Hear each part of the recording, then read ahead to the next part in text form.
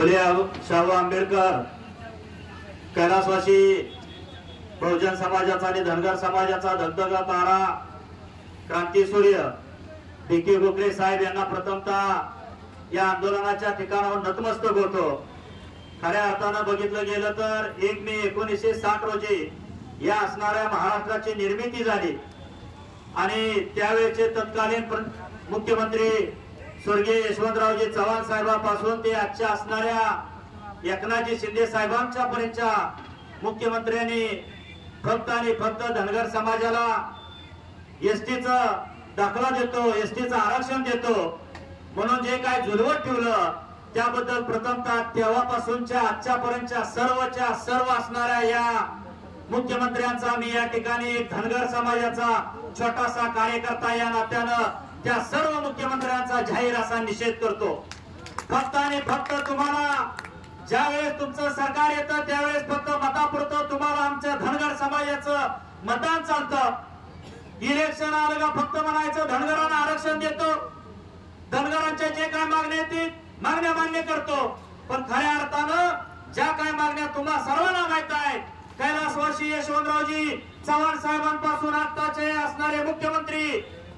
एकनाथजी शिंदे साहेब तुम्हाला सुद्धा माहित आहे धनगर समाजाची खरी अवस्था आणि खरी व्यथा काय ती। 2014च्या वेळेस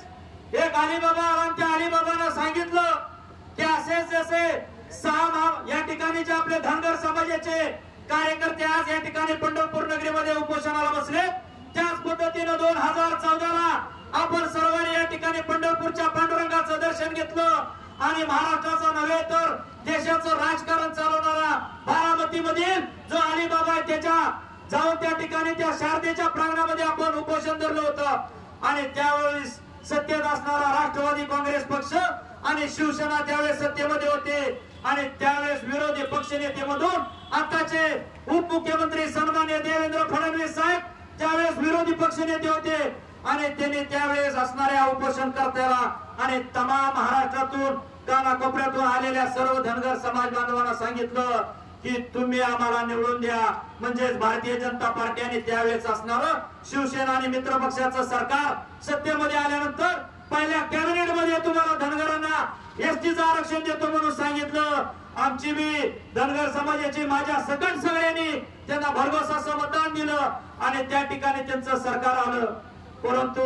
दुर्दैव एवढं वाईट आपल्या समाजाचं की त्या ठिकाणी कुठल्याही पद्धतीची कॅबिनेट झाली नाही। मला या ठिकाणून एवढं सांगायचं आहे फडणवीस साहेब, तुम्ही फक्त त्या गावाच्या गोष्टीगत आमचं केले।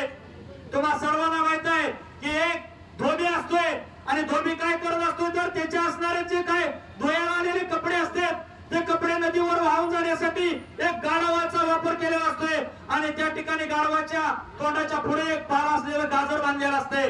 आणि ते घोड्याला वाटते गाढवाला वाटते की नदीपर्यंत जाईपर्यंत आपल्याला ते गाजर खायला मिळेल म्हणून ते गाढव तेवढ्या ताकदीनं त्या गाजराकडे बघत बघत बघत बघत त्या नदीपर्यंत जाते आणि नदीपर्यंत गेल्यानंतर तो असणारा धोबी काय करतोय तर त्याच्या पाठीवरच ओझं बाजूला काढतोय आणि ते गाजर काय करतोय एका त्या असणाऱ्या कपडाखाली झाकून ठेवतोय आणि त्या गाढवाला बोंदाळावरती चराय सोडतोय। त्याच पद्धतीनं जसं तो धोबी आपल्या असणाऱ्या गाढवाला फसवतोय तसाच आपल्याला स्वतःला धोबी म्हणून आपल्या समाजाला गाढव म्हणणारा हे असणारा हरामखोर सरकार त्या ठिकाणी फक्त आणि फक्त आपल्याला गाजर दाखवायचं काम करते। मला या ठिकाणावर एवढं सांगायचं आहे, भले आम्ही भारतीय जनता पार्टीचे कार्यकर्ते असेल तर बापापेक्षा नेता मोठा नाही आणि समाजापेक्षा कुठलाही पक्ष मोठा नाही। त्यामुळं मी या ठिकाणावर सांगतो लवकरात लवकर या असणाऱ्या 6 जणांची तुम्ही परिस्थिती बघताय, त्यामध्ये आमचे माऊली हवालवार असतील, गणेश केसकर असतील, केदार साहेब असतील आणि त्यांच्या बरोबरचे सर्व सहकारी असतील, यांच्या जर का जीविताला काही बरं वाईट झालं तर तुमच्या घरातून बाहेर निघायची सुद्धा या सत्ताधाऱ्यांना मुश्किल होईल। एवढंच या पांडुरंगाच्या नगरीतून सांगतो आणि पांडुरंगा तुला तर आम्हाला सर्वांना माहित आहे गोरगरिबाचा तारहार म्हणून तुझ्याकडे बघितलं जातं पांडुरंगा। एवढंच मी या ठिकाणावर एक या धनगर समाजाचा कार्यकर्ता म्हणून तुझ्याकडे हा साकडं मानतोय, हे पांडुरंगा कमरेवरचा हात सोडून तू आता आबाळाला लाव, हे पांडुरंगा कमरेवरचा हात सोडून तू आता आबाळाला लाव आणि धनगराची ताकद या असणाऱ्या हरामखोर सरकारला दाव, या असणाऱ्या हरामखोर सरकारला दाव। एवढंच या ठिकाणी बोलतो। या ठिकाणी सर्व पत्रकार बांधव आहेत। या ठिकाणी समाजाचे गेले 15 दिवस या ठिकाणी अहोरात्र या असणाऱ्या राज्यव्यापी आंदोलन सक्सेस व्हावं म्हणून या ठिकाणी प्रयत्न करणारे माझे सर्वच्या सर्व समाज बांधव आहेत। काल मुख्यमंत्री साहेब असतील, उपमुख्यमंत्री साहेब असतील, 2 उपमुख्यमंत्री आणि 1 असणारे अँब्युलन्स या ठिकाणी अँब्युलन्स ड्रायव्हर अँब्युलन्स